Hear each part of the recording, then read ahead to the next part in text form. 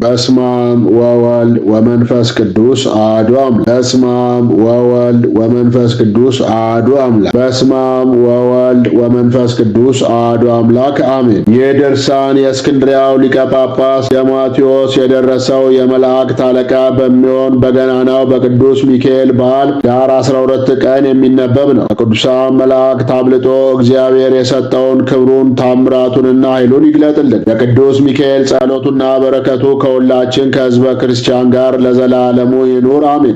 አውግሎስን ማለት አቤቱ ክፈትልኝ ወይም ግለጥልኝ ማለት። ወንድሞች ሆይ ዛሬ ለእኛ ታላቅ በዓል ነውና ልባችንን ደስ እያለው እንሰብሰብ። በዚህች በተቀደሰች ዕለት ከሥራችን ሁሉ አርፈን እንዋል። እኔም ገናና ክቡርና ኃያል ቸር አማላጅ የሆነ የመላእክት አለቃ ቅዱስ ሚካኤልን አየሁት። የጣፈጠ የመንፈስ ቅዱስን ቃል ይሰጠኝ። ዳዊት በመዝሙሩ መሥዋዕት ብታቀርብ በእጃቸው እንዲያነሱ በመንገድም ሁሉ እንዲጠብቁ ለአንተ መላእክትን ያዛቸዋል። ሆን እንዳለ የእግዚአብሔር መልአክ ለሚፈሩት ሁሉ አጥር ይሆናቸዋል። ቅዱስ ሚካኤልም ከሚፈሩት ሁሉ ያወጣቸዋል። እግዚአብሔርን የሚፈሩትን እንደ አጥር ሆኖ የሚጠብቃቸው እንደዚህ መልአክ ማን ነው? በእርሱ የሚያምኑትንስ ከጭንቅ የሚያወጣቸው ማን ነው? ይህ ቅዱስ ሚካኤል አይደለምን? በዚህች ዕለት ከእግዚአብሔር ይቅርታን ያገኙ ዘንድ ይለምንላቸዋል፣ ወደ እግዚአብሔር ይጸልይላቸዋል፣ በሕይወት ጎዳና ይመራቸዋል፣ ያነጻቸዋል፣ ያከብራቸዋልም። ይህም ስለ ጻድቃን ብቻ አይደለም፣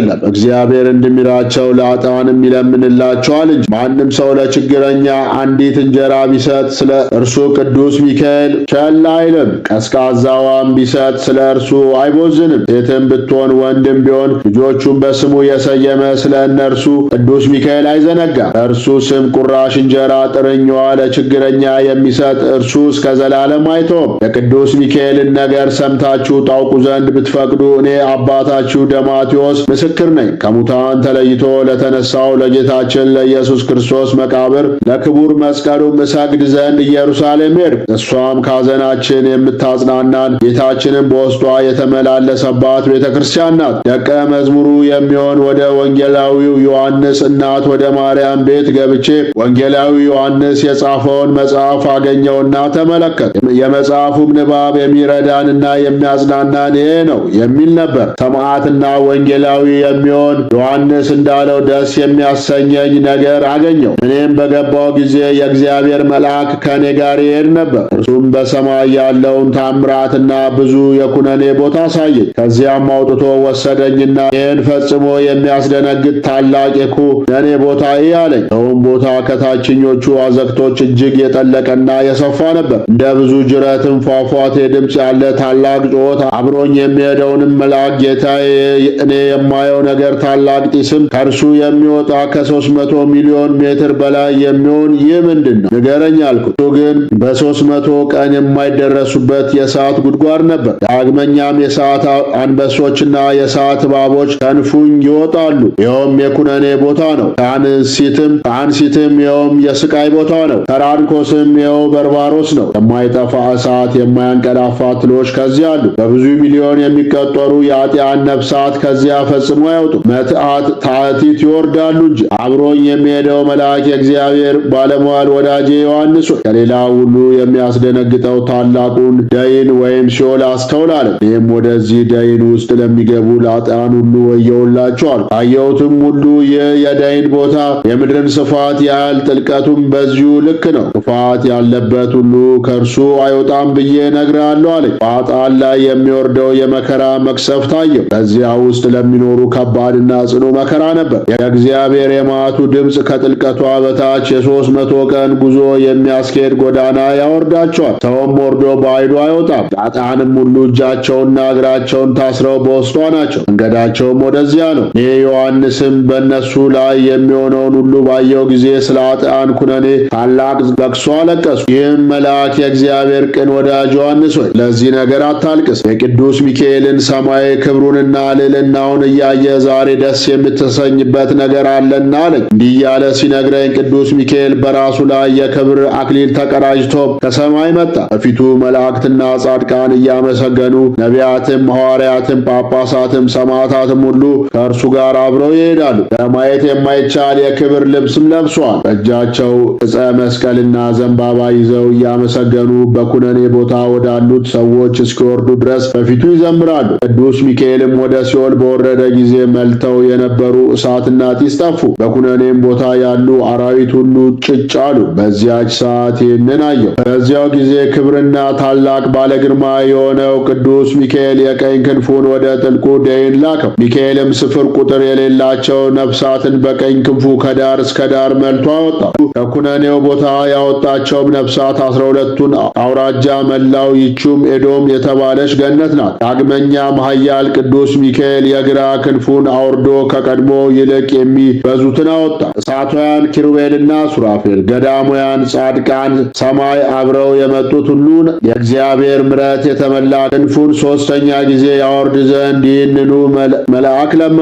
ዓይናቸው ብዙ የሚሆኑ በኪሩቤልና በሱራፌል ላይ አድሮ የሚኖር የገዢዎች ገዢ የነገሥታት ንጉሥ ከሚሆን ከእግዚአብሔር ዘንድ ለሰው ልጆች ምሕረትን ከሚለምን ከተወደደና ከከበረ ከቅዱስ ሚካኤል በቀር ማንም ማን ቆጥሮ የማይደርስባቸውና ቁጥራቸው የማይታወቀውን ሦስተኛ ጊዜ አወጣ። ከዚያ የሐዘንና የመከራ ቦታ ከሆነ ከሚያስፈራው ከደይን ወይም ከሲኦል የወጡት ስፍር ቁጥር ያልነበራቸውን ጻድቃንም መላእክት ወስደው ኃጢአትን በሚያስተሰሪ አበሳን በሚያነጻ በሕይወቱ አጠቧቸው ወይም አጠመቋቸው። በፍጹም ደስታም ቅባ ቅዱስን ቀብተው የትጉሃን መላእክት አለቃ የሚሆን ወደ ቅዱስ ሚካኤል አመጧቸው። ያን ጊዜም የሰማያን መላእክት አለቃ የሚሆን ቅዱስ ሚካኤል ሁሉንም ወስዶ ከእግዚአብሔር ፊት አቀረባቸውና በቅዱስ ሚካኤል ጸሎት ምሕረት ላደረገላቸው ፈጣሪ ሰግደው አመሰገኑ። እነሆ በዚያች ዕለትና በዚያች ሰዓት ከአብ መጋረጃ ውስጥ እንዲህ የሚል ቃል መጣ።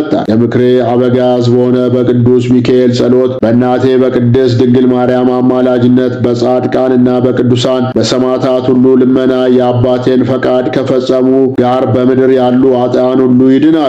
ወይም በእናቴ በቅድስት ማርያም አማላጅነት በጻድቃን በቅዱሳን በሰማዕታት ሁሉ ልመና የአባቴን ፈቃድ ከፈጸሙ ጋር በምድር ያሉ ኃጥአን ሁሉ ይድናሉ፣ ወደ ዘላለም ሕይወትም ይገባሉ። በዚያን ጊዜም የመላእክት አለቃ ቅዱስ ሚካኤል ወስዶ ገነት አገባቸው። እኔ ዮሐንስም ከአብ ከወልድ ከመንፈስ ቅዱስ መጋረጃ ውስጥ ይህንን ቃል ሲወጣ ባየው ጊዜ ስለ እግዚአብሔር ቸርነት በጣም ደስ ተሰኙ። በቅዱስ ሚካኤል ልመና ስለተደረገው ቸርነት ሁሉ አብ፣ ወልድ፣ መንፈስ ቅዱስን ፈጽሜ አመሰገንኩ። ባልደረባ የተሰጠኝ ያም መልአክ የእግዚአብሔር ባለሟል ዮሐንስ ሆይ የቅዱስ ሚካኤል የበዓሉ ቀን ዛሬ የተለየ እንደሆነ ወቅ። ይኸውም የመጀመሪያው በዓሉ ሰኔ 12 ቀን፣ ሁለተኛው በዓሉ ዳር 12 ቀን እንደሆነም ተረዳለን። ለዚሁም ዕለት እግዚአብሔር በሰማይ ካሉ ሁሉ በላይ አድርጎ ሾመው። ስለ ትሕትናውና ስለ መታዘዙ ጌታውን የካደና የበጎ ሥራ ጠላት የሆነ ሰይጣንንም ድል ይነሳ ዘንድ ሥልጣን ሰጠው። ወደ ሰማይ ባረገ ጊዜ በመጀመሪያው ነጋሪት ድምፅ ሹመትን እንደሰጠው ሁሉ ዳግመኛም ሙታን በሚነሱበት ጊዜ የማያልቅ ክብር ይሰጠዋል። ዳግም ሁለተኛው ነጋሪት ሲመታ በሰይጣን ምክር ክርስቶስን በሰቀሉ በአስራውያን አይሁድ ላይ ከቀድሞ የበለጠ ክብርና ሥልጣን ይሰጠዋል። ክርስቶስንም ከሙታን ተለይቶ አልተነሳም የሚሉትንም አመፀኞች ሁሉ ምድር አፏን ከፍታ ትውጣቸዋለች። ዳግመኛም ትንሣኤ ሙታንን ፈጽመው የማያምኑትን ቅዱስ ሚካኤል በዝንጎች ማዕተብ አትሞ ወደ ሲኦል ያወርዳቸዋል። ዲያብሎስም ወገኖች ክርስቶስ ከሙታን በመነሳቱ እያዘኑ ወደ ሲኦል ተቆለቆሉ። እርሱም በአሸናፊው በእግዚአብሔር ኃይል ብርያልን አሰረው፣ ዲያብሎስንም ድል አደረገው። ትንሣኤ ሙታንን የሚያምኑ በጥምቀት የተወለዱ ጻድቃንን ግን ወደ ገነት ያስገባቸዋል። አብም ከልጁ ከክርስቶስ ጋር ወዳለበት ያሳርጋቸዋል። ስለ እነርሱም ደስ ይለዋል። ለቅዱስ ሚካኤል በሙታንና በሕያዋን ላይ ሥልጣን ይሰጠዋል። ይህችውም የእርሱ ገንዘቡ የምትሆን ናት። እርሱም ቅድመ ዓለም የነበረ የእግዚአብሔር አብ ልጅ ኢየሱስ ክርስቶስና የባሕርይ ሕይወቱ መንፈስ ቅዱስም በማይመረመርና ሊነገር በማይቻል በታላቅ ክብር ቅዱስ ሚካኤልን የመረጠው እርሱ ነው። በሰማይ ካሉ ሁሉ በላይም ከቀድሞ የበለጠ ማዕረግ ሰጥቶ አከበረው። በዓመቱ በዳር 12 ቀን ድንቅ ድንቅ ታምራትን ያደርግ ዘንድ ሥልጣን ሰጠው። በጌትነቱ ዙፋን የተቀመጠ በኪሩቤልና በሱራፌል አድሮ የሚኖር ቅዱስ ሚካኤልም በሁሉ ዘንድ የሚልከው እያንዳንዳቸው ከእነርሱ በየማዕረጋቸውና በየክብራቸው ከአብ መጋረጃ ውጭ የሚቆሙት ሁሉ በላይ ከፍ ከፍ አድርጎ መረጠው። ቅዱስ ሚካኤልም ከአብ መጋረጃ ውስጥ በወጣ ጊዜ በሰማይ ያሉ ሁሉ በየወገናቸው ከቀደመ ሰው ከአዳም ጀምረው ያገለገሉት ጻድቃንና ሰማዕታትም ሁሉ ተባብረው አገኛቸው። በየወገናቸውም ሁሉም ተሰብስበው በማኅበር ይዘምራሉ፣ ያመሰግናሉ። የእግዚአብሔር ባለሟል ዮሐንስ ሆይ ዓይንህ እንደሚያየው በቅዱስ ሚካኤል አጠገብ ከጌታ በሚገኘው ፍጹም ደስታ ይኖራሉ። ከእንግዲህም የኩነኔ በሮችና የሚያስፈራ ጥልቅ ጉድጓድም ይከፈታል። ነፍስም ሁሉ በእግዚአብሔር ቸርነት ወደ አንድ ቦታ ይሰበሰባል። ይህችውም የኤዶም ገነት ናት። ዳግመኛም በበዓሉ ቀን ቅዱስ ሚካኤል ይመጣና የክብር ባለቤት በሆነ በእግዚአብሔር ፈቃድ ክንፎቹን ወደ ሲኦል ያወርዳል። ኃጥአንንም አዲሲቱ ምድር ያወጣቸዋል። ይኸውም የመላእክት አለቃ የሚሆን የቅዱስ ሚካኤል ሰራዊት ይሆናሉ። ይቅርታ የተደረገላቸውና ምሕረት አግኝተው በአንድ ጊዜ በክንፉ ያወጣቸው ስፍር ቁጥር የሌላቸው እልፍ አእላፋት ናቸው። የቅድስት ትንሣኤው መታሰቢያ በሆነች በከበረች ስለ ሰንበተ ክርስቲያን ለችግረኞችና ለድሆች የመጸወቱ ከሲኦል ያወጣቸው የኃጥአን ነፍሳትም እጅግ ብዙ ናቸው። ብዙም ቢሆን ጥቂት ወይም አንድ እንጀራም ቢሆን ግማሽ እንዲሁ አንድ ጽዋ ቀዝቃዛ ውሃ እንኳን ቢሆን በዚች በከበረች ሰንበተ ክርስቲያን ዕለት ለድሃ የሰጠ እግዚአብሔር እንዲምራቸው መንግሥተ ሰማያትንም እንዲያወርሳቸው ከሰይጣንም መከራ ከጥፋት ሁሉ ጠብቆን እንዲያድናቸው አዎን እውነት እላለሁ። ሁለተኛም በዚች በቅድስት ሰንበተ ክርስቲያን ጸሎት ቤታቸውን፣ ልጆቻቸውን፣ ገንዘባቸውን ይባርክላቸዋል። ዳግመኛም በቅዱስ ሚካኤልና በቅዱስ ገብርኤል ስም ለችግረኞችና ድሆች የሰጠ ቢኖር በ24ቱ ካህናተ ሰማይ ስም በአራቱ እንስሳም ስም አምላክም በወለደች በእግዝእትነ በቅድስት ድንግል ማርያምም ስም በጻድቃንና በሰማዕታትም ስም ስለ ክርስቶስ ስም በተገደሉ በቅዱሳንም ሁሉ ስም የሰጡትን ሁሉ በአምላኩ በእግዚአብሔር ኃይል ቅዱስ ሚካኤል ያወጣቸዋል። ተራቡና ለችግረኞች በቅዱስ ሚካኤል ስም አንድ እንጀራስ እንኳን ቢሰጥ ወደ ሲኦል እንዳይጥሏቸው ይለምንላቸዋል። ይቅርታንና ምሕረትን ያገኙ ዘንድ ኃጢአታቸውንም ያስተሰርይላቸው ዘንድ ወደ ጌታችን ወደ ኢየሱስ ክርስቶስ ይወስዳቸዋል። ክርስቲያንም ወይም አረማዊ ቢሆን ወደ እግዚአብሔር ከሚለምኑ ከአይሁድም ወገን ቢሆን በቅዱስ ሚካኤል ስም ደግ ሥራ የሠራውን ሁሉ የእግዚአብሔር ልጅ መሐሪው ይቅር ባዩ ክርስቶስ አይጥላውም። ከዚህ በኋላ ሰማይና ምድር ይነዋወጣሉ። ጻድቃንና ሰማዕታትም ሁሉ ወደ እግዚአብሔር አብና ወደ ቅዱስ ሚካኤል ይለምናሉ። ዮሐንስ ሆይ እንዳየው ሁሉ በዚህ ሰዓት ለሚለምኑላቸው ሁሉ ይቅርታ ያደርግላቸው ዘንድ ወደ እግዚአብሔር ይማልዳሉ። በዚህም ዓለም ለድሆችና ለችግረኞች ስለመጸወቱ በሦስተኛውም ጊዜ ስለ ጻድቃንና ስለ ሰማዕታት ስም ያወጣቸዋል። እንግዲህ ቅዱስ ሚካኤል ሁልጊዜ እንደዚሁ ከክርስቶስ ትንሣኤ ዕለተ ምጽአት ድረስ ለዘላለሙ ብዙ ተአምራት ይሠራል። ወንድሞቼ ሆይ የምነግራችሁን ስሙኝ፣ በእዝነ ልቦናችሁም አድምጡት። የቅዱስ ሚካኤል ዝክሩን መታሰቢያውን አድርጉ። የዘላለም ሕይወትን ታገኙ ዘንድ የማያልፍ ደስታን ተወርሱ ዘንድ ቅዱስ ሚካኤልም በየዓመቱ በዳር 12 ቀን እንዲህ ያደረገውን አይተዋቸውም። ከዚህ ቀጥሎ የቤተ ክርስቲያን ወገኖች የሆኑትን ሁሉ እንደ ሥራቸው ወደ ምሕረት ቤት ወደ ቅድስት አገር ወደ ኢየሩሳሌም ሰማያዊት ይወስዳቸዋል። ከዚህ በኋላ ቅዱስ ሚካኤል ወደ አብ መጋረጃ ውስጥ ይገባል። በዚህች ዕለት ምድራዊትና ሰማያዊት ስለሆነች ምሕረቱም ከመንበሩ በታች ይሰግዳል። ስለ ውሃ ምንጮች፣ ስለ ወይን ቦታዎችና ስለ ምድር ፍሬዎች፣ በምድር ላይም ስለሚኖሩ ስለ ሰው ልጆች ነፍስ ሁሉ፣ ስለ እንስሳትም፣ ስለ ሰማይ ወፎችም፣ ስለ ባህር ዓሣዎችም፣ በባህር ውስጥ ስለሚንቀሳቀሱ ሁሉም የምሕረት ባለቤት ከሆነ ከአብ ዙፋን በታች ሁልጊዜ በማመስገን ይሰግዳል። ልመናውንም እስኪሰማውና የምሕረትንም ቃል እስኪያስተላልፍለት ድረስ ከእግረ መንበሩ ሥር አይነሳም። ለዚህም ዓለም ምሕረትን የሚለምኑ መላእክትም በየዓመቱ በዳር 12 ቀን በእግዚአብሔር የዙፋን አውደ ምሕረት ዙሪያ ተሰብስበው ለሰውና ለእንስሳ ሁሉ ምሕረትን የሚለምን ቅዱስ ሚካኤል ከአብ መጋረጃ ውስጥ እስኪወጣ ድረስ ይጠባበቃል። ቅዱስ ሚካኤልም ከአብ መጋረጃ ውስጥ በወጣ ጊዜ መሐሪ አብ ለቅዱስ ሚካኤል የሰጠውን ልብሱን እኒያ መላእክት ይመለከታሉ፣ ይቅርታን የማግኘት ምልክታቸው ነውና።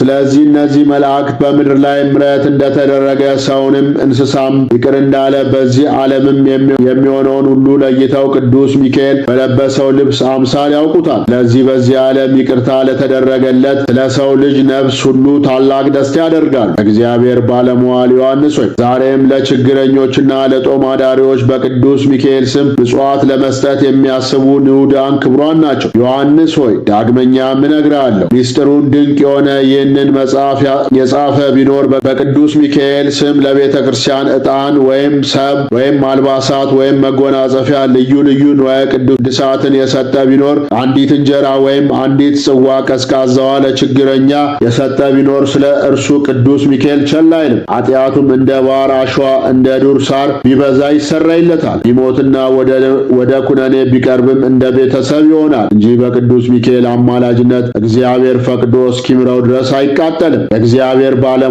ዮሐንስ ሆይ አሁንም ድንቅ ምስጢር ያለበትን ይህንን መጽሐፍ አስቦ የጻፈውን ለቤተ ክርስቲያንም መገልገያ የሰጠውን ወይም በእግዚአብሔር ቃል አምኖ በቤቱ ያስቀመጠው ቢኖር በሽታም ራብም ወደ እርሱ አይመጣም። ወደ ቤቱና ከብቶች ወዳሉበት ቦታ ርኩስ አውሬ አይገባም። በእርሻው አይጥ፣ አንበጣ፣ ኩብኩባ፣ ተምች፣ ትል፣ ዋግ፣ አመዳይ፣ ውርጭ አይደርስም። እነዚህ ሁሉ ወደ እርሱ አድራሻ ፈጽሞ ሊጠጉ አይችሉም። የችግረኞች በሽታ የሆነ ራብም ይህ መጽሐፍ ወዳለበት እስከ 4 እና 5 ትውልድ ድረስ ወደ ቤቱ ለዘላለም አይገባም። የውሃ ድርቀት፣ የእንስሳት እልቂት በሰው ዘንድ አባር፣ ቸነፈር ተስቦ አይመጣም። የቅዱስ ሚካኤል ስም ኃይልና ረዳት ይሆነዋልና የቅዱስ ሚካኤል ዝክሩንና መታሰቢያውን ለሚያደርጉ ሁሉ ወደ እግዚአብሔር እየጸለየ ይለምንላቸዋል። በፍቅሩና በጸጋው በኃይሉና በጠንካራ ክንዱ በክንፉም ጥላ ለዘላለም ይከልላቸዋል፣ በቸርነቱም ይጠብቃቸዋል። ታላቅ ክቡርና ልዑል የሚሆን በዚህ በቅዱስ ሚካኤል ድርሳን የሚገኘውን አስማተ መንፈስ ቅዱስ ሳይለይ ይህን መጽሐፍ ያጻፈ የመላእክት አለቃ የሚሆን ቅዱስ ሚካኤል ከዚህ መጽሐፈ ድርሳን ፈጽሞ አይለይም። ይህን መጽሐፍ ከመጀመሪያው እስከ መጨረሻው በቅዱስ ሚካኤል በዓል ቀን የሚያነብ ሰው ቢኖር ስለ ክብሩ ስለ ገናንነቱ እና ከቅዱሳን መላእክት በላይ አክብሮ ስለ ሾመው እግዚአብሔር ለቅዱስ ሚካኤል የሰጠውን ይህንን ስመ አምላክ አይለይም። ይልቁንም በእነዚህ በከበሩ በእግዚአብሔር ስሞች የሚታመኑ 14 ቀን የመታሰቢያ ዝክሩን ማድረግ ይገባቸዋል። የሚቻለው 14ቱንም ዕለታት ያክብር፣ የማይቻለው ግን 4ቱን ዕለታት ሊያከብር ይገባዋል። ከሁሉ አስቀድሞ ታላቁ በዓል ኅዳር 12 ቀን ነው። ቀጥሎም ታላቁ በዓል ሰኔ 12 ቀን ነው። ከዚያም ነሐሴ 12 ቀን፣ ከዚያም ታኅሳስ 12 ቀን ነውና እነዚህም በጥንቃቄ ያክብሩ። ሌሎች በዓላት ግን ጥር 12 ቀን፣ የካቲት 12 ቀን፣ መጋቢት 12 ቀን፣ ሚያዝያ 12 ቀን፣ ግንቦት 12 ቀን፣ ሐምሌ 12 ቀን፣ መስከረም 12 ቀን፣ ጥቅምት 12 ቀን ናቸው። ከዚህም ቀጥሎ ኅዳር 13 ቀን የአእላፍ መላእክት በዓል ሲሆን ታኅሳስ 19 ቀን ደግሞ የመላእክት አለቃ የሚሆን የቅዱስ ገብርኤል በዓል ነው። ያን ጊዜ በሰማይ ያሉ መላእክት ሁሉ አለቃቸው የሆነ የቅዱስ ገብርኤልን ክብር ለማየት ይሰበሰባሉ። ሌሎቹ መላእክት በዓል ግን ካለቃቸው ከቅዱስ ሚካኤል በዓል ጋር አንድነት ይውላል። የመልአኩ የቅዱስ ሩፋኤልና የካህኑ የመልከ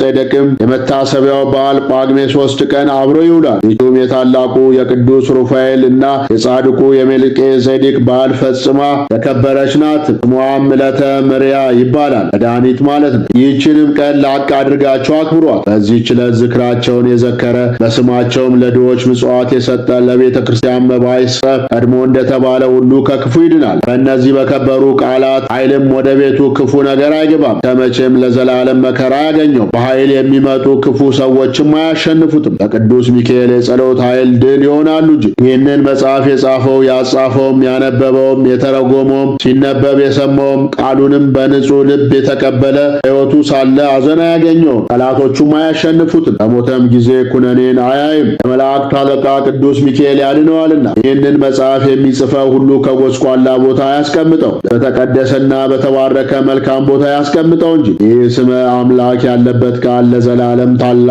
ኃይል የሚሰራ ነውና በትሕትና ቃልም እነዚህን የከበሩ ቃላትን ተናገር። አካ፣ አሜ፣ ሌክ፣ ቦኤ፣ ኤንካ፣ ካዚን፣ አርያኪያን፣ ኤርናኬ፣ ቴም፣ ታዮን፣ ቴጉ፣ ጌሎ፣ አስኤሌክ፣ አስሎ፣ አስካማ፣ አላሶም፣ ኤቅ፣ ሬው፣ ያበስቲክ፣ ፒስክ፣ ፒስኪር፣ ጋርጎም፣ አቢት፣ ቲቢስ፣ ሬ፣ ሬያ፣ ፔያ፣ አንልካ፣ ኢውስ፣ አብሶላ፣ ኢፍካዊኑ፣ አርዕብ፣ ሉ፣ አርዕሉ፣ አዋጽ፣ አዊካ፣ እሎ፣ አሴሎ፣ ዮብጎ፣ ኤል፣ አክዕዊ፣ አስ፣ ከመ፣ ወዲና፣ ኬጓ። እነዚህ የከበሩ ቃላትና የእግዚአብሔር ሕቡዕ ስሞች በቅዱስ ሚካኤል እጅ የተገኙና በዕብራይስጥ ቋንቋ ከቃላቶች ሁሉ የበለጡ እንደሆኑ የታወቀ ነው። ይህንንም በመጽሐፍ የሚያጽፍ ሰው ይህንን ሕቡዕ ስም ከመጽሐፍ አይለየው፣ በንጹሕ ቦታ አስቀምጦ በክብር ይጠብቀው እንጂ።